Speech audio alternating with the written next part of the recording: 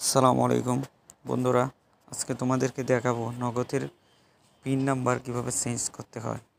তো pin number change করার জন্য আমাদেরকে প্রথমেই নগদ অ্যাপসে ঢুকতে হবে। দেখো আমি নগদ অ্যাপসে প্রবেশ করলাম। তারপর দেখো ওখানে আমার যে পিন নাম্বারটা এখন দেওয়া আছে ওই পিন নাম্বারটা আমি দিলাম। তারপরে দেখো এখানে লগ ইন করতে হবে, আমি লগ ইন করলাম।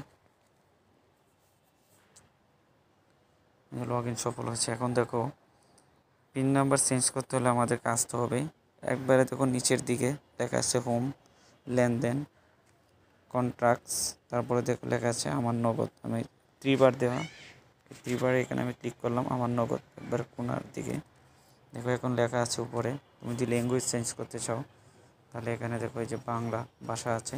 তো আমি যেহেতু বাংলা দিয়েছি পূর্বেই, তাই আমি এখানে আর পরিবর্তন করলাম না। তো এখানে দেখো নিচের দিকে আসার পরে বাসার নিচে তারপরে অ্যাকাউন্টের ধরন, তারপরে মুনাফা পেতে চাও যদি তাহলে হ্যাঁ দিতে হবে। আর এখানে দেখো পিন নাম্বার পরিবর্তন, 4 নম্বর অপশন পিন নাম্বার পরিবর্তন। দেখো আমি এখানে ক্লিক করলাম, পিন পরিবর্তন করলাম। তারপরে দেখো লেখা আছে বর্তমান পিন নাম্বার, যেটা আমার দেওয়া আছে আমি এটা দিলাম।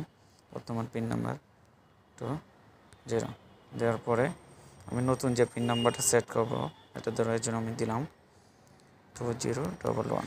তারপরে ওটা আবার পুনরায় দিতে হবে 2011 করার পরে দেওয়ার পর তারপর সাবমিট অপশনে ক্লিক করলেই তোমার দেখো পরিবর্তন হয়েছে। পরবর্তী একবার কমপ্লিট।